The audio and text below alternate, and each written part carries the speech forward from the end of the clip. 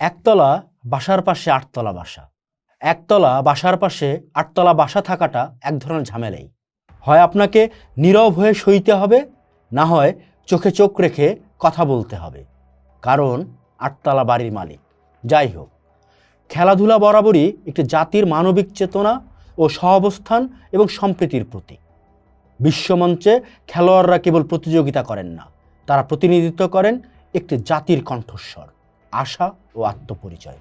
কিন্তু যখন এই ক্রীড়াঙ্গনে প্রবেশ করে রাজনৈতিক আধিপত্য, তখন খেলার সৌন্দর্য ভেঙে পড়ে।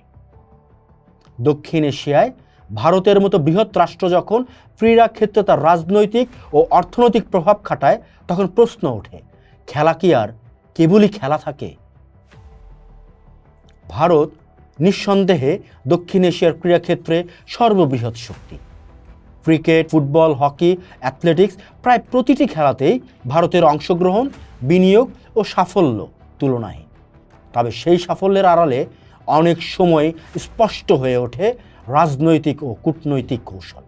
ভারতীয় বোর্ড, মিডিয়া ও কর্পোরেট হাউসগুলো খেলাকে শুধুই একটি খেলা হিসেবে দেখে না, বরং তাকে ব্যবহার করে ক্ষমতার অনুশীলনে।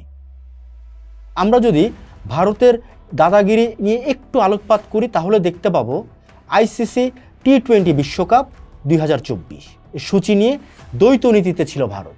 2024 সালে আইসিসি টি-20 বিশ্বকাপ চলাকালীন ভারত নিরাপত্তার অজুহাতে পাকিস্তানের সাথে ম্যাচ খেলতে নিউট্রাল ভেন্যুর দাবি তোলে, পৃথিবীর ইতিহাসে যা বিরল।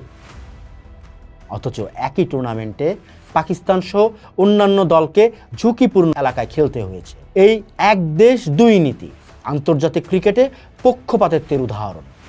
পাকিস্তান ও আফগানিস্তানের সাংবাদিকদের একাংশকে টুর্নামেন্ট কভার করতে ভিসা না দেওয়া এবং তাদের মিডিয়া বর্জন করার ঘটনাও ছিল এই সময়। সাফ ফুটবল চ্যাম্পিয়নশিপ 2023-এর দিকে তাকালে আমরা দেখব রেফারি বিতর্ক। বাংলাদেশ বনাম ভারত ম্যাচে একাধিক বিতর্কিত সিদ্ধান্ত, বিশেষ করে বাংলাদেশে একটি গোল বাতিল এবং ভারতের পেনাল্টি পাওয়া নিয়ে প্রশ্ন ওঠে বারবার। অনেক নিরপেক্ষ ফুটবল বিশ্লেষক বলেন, ভারতের রেফারি ও মাঠের প্রভাব মিলেই ফলাফল গড়ে দিয়েছে। বাংলাদেশ ফুটবল ফেডারেশনও ম্যাচের পরে জানায়, আমাদের খেলার মানের চেয়ে বেশি গুরুত্বপূর্ণ হয়ে উঠেছিল প্রতিকূলতা মোকাবেলা করা। বিসিসিআই এবং আইসিসি টাগ অফ ওয়ারে বারবার রাজনীতি। 2024 সালে ক্রিকেট বোর্ড বিসিসিআইয়ের পক্ষ থেকে দাবি করা হয়, আইসিসি আয়োজিত সব ইভেন্টে ভারত মার্কেট শেয়ার অনুযায়ী বেশি রেভিনিউ পাবে। এই দাবি কার্যত অন্যান্য দেশের আয় হ্রাসের দিকে নিয়ে যায়। এ প্রেক্ষিতে আফগান ক্রিকেট বোর্ড ও শ্রীলঙ্কা ক্রিকেট বোর্ড ক্ষোভ প্রকাশ করলেও প্রকাশ্যে কিছু বলতে পারেনি, কারণ বিসিসিআইয়ের পেছনে রয়েছে বিশ্বের সবচেয়ে বড় মিডিয়া কোম্পানি, স্পন্সর ও রাজনৈতিক যোগাযোগ।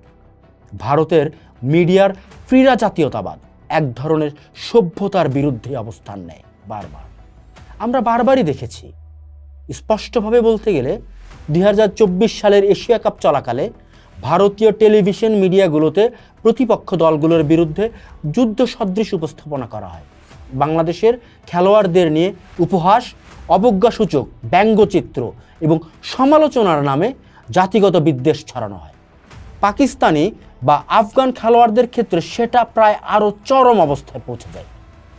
ভারতীয় ক্রিকেটারদের জনপ্রিয়তা ব্যবহার করে রাজনৈতিক দলগুলোর প্রচার, বিশেষ করে নির্বাচনের আগে রোহিত শর্মা ও বিরাট কোহলিকে নিয়ে মোদী সরকারের প্রচারণা ছিল রাজনৈতিক ব্যবহারের ক্লাসিক এক উদাহরণ।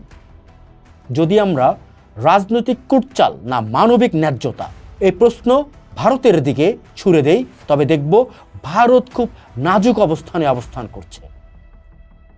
যে খেলোয়াড় মাত্র এক বলেই ম্যাচের ভাগ্য বদলে দিতে পারে, তার জন্য দরকার এক ন্যায্য ও নিরপেক্ষ পরিবেশ। কিন্তু যখন খেলার সূচি, মাঠ, সম্প্রচার, রেফারি, এমনকি দর্শকের অনুভবও নিয়ন্ত্রিত হয় একক প্রভাবশালী রাষ্ট্রের মাধ্যমে, তখন এটি একটি শক্তির খেলা হয়ে ওঠে। আফগানিস্তানের অধিনায়ক রশিদ খান একবার বলেছিলেন, আমরা খেলি দেশের সম্মানের জন্য, কিন্তু মাঠে প্রতিনিয়ত মনে করিয়ে দেয়া হয় তোমরা একটা ছোট দেশ। এই মনোভাব তরুণ খেলোয়াড়দের হতাশ করে প্রতিভা হারিয়ে যায় আন্তর্জাতিক রাজনীতির ফাঁদে। বাংলাদেশের অবস্থান অবশ্য খুব ধোঁয়াশাপূর্ণ। এরা না প্রতিবাদ না নির্লিপ্ততা এ জায়গায় স্ট্যান্ড করে। বাংলাদেশ একসময় তার ক্রিকেট প্রিয়তাকে কেন্দ্র করে দক্ষিণ এশিয়ার অন্যতম উদীয়মান শক্তি হয়ে উঠেছিল, কিন্তু ভারতের সাথে দ্বিপাক্ষিক সম্পর্ককে কেন্দ্র করে বিভিন্ন সময় বাংলাদেশ ক্রিকেট বোর্ড চুপ থেকেছে, এমনকি বিতর্কিত সিদ্ধান্তের বিরুদ্ধেও নীরব থেকেছে।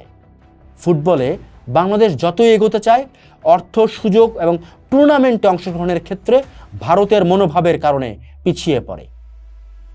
পৃষ্ঠপোষকতা ও মিডিয়া কাভারেজেও বাংলাদেশ থাকে ভারত নির্ভর। এই যে জায়গাগুলো, এই জায়গাগুলোর বাংলাদেশের সরকার এবং ভারতের সরকারের মধ্যে দ্বিপাক্ষিক রাজনৈতিক সম্পর্কেরই ফলাফল। এই সম্পর্ক পালন করতে গিয়ে বাংলাদেশ বারবার তার নিজস্ব স্বকীয়তা হারিয়েছে। মানবিক সংকটে বারবার ফেলে দেয় ভারত, খেলোয়াড় না উপনিবেশিত প্রতীক। একজন খেলোয়াড়ের পরিচয় কেবল তার দেশের নয়, বরং তিনি এক আন্তর্জাতিক ন্যায্যতার প্রতিনিধি।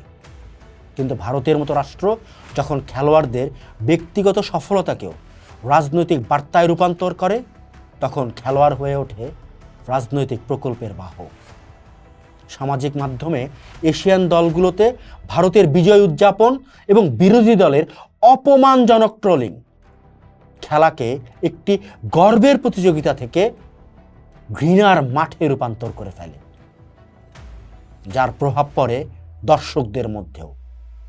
2014 থেকে আমরা দেখে আসছি ভারত এবং বাংলাদেশের দর্শকদের মধ্যে কিসেকে এক বেহাল অবস্থা। দক্ষিণ এশিয়ায় ভারতের নেতৃত্ব থাকা আপত্তিকর নয়, সমস্যাটা তখনই হয় যখন নেতৃত্ব আর সহযোগিতা নয়, হয়ে ওঠে নিয়ন্ত্রণ ও আধিপত্য।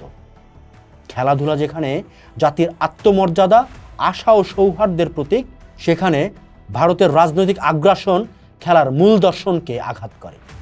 সুতরাং প্রয়োজন দক্ষিণ এশিয়ার ছোট দেশগুলোর সম্মিলিত সচেতনতা, যাতে খেলাকে আবার খেলা বানানো যায়, প্রতিযোগিতাকে রাখা যায় ন্যায়ের ভিত্তিতে, খেলোয়াড়রা ফিরতে পারেন এক বিশ্ব নাগরিকের মানবিক সম্মানে।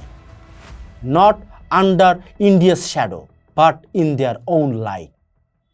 পোস্ট দেখুন, ভাবুন, করুন, থাকুন পোস্টের সাথেই।